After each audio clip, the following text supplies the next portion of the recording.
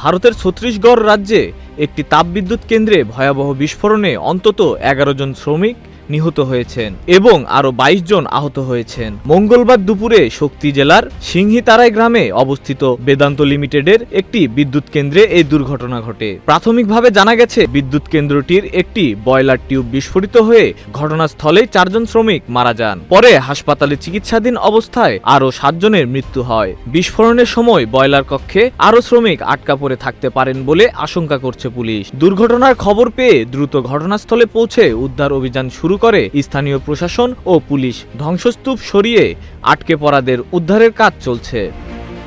ঘটনাটিকে মর্মান্তিক উল্লেখ করে ছত্তিশগড়ের মুখ্যমন্ত্রী বিষ্ণুদেও সাই নিহতদের পরিবারের পাশে থাকার আশ্বাস দিয়েছেন। একই সঙ্গে ঘটনার কারণ অনুসন্ধানে তদন্তের নির্দেশ দিয়েছেন এবং দায়ীদের বিরুদ্ধে কঠোর ব্যবস্থা নেওয়ার কথা জানিয়েছেন।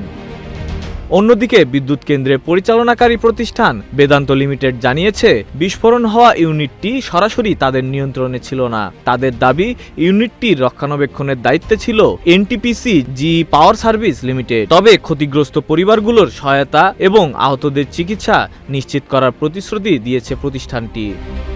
Desk report, news flash 71।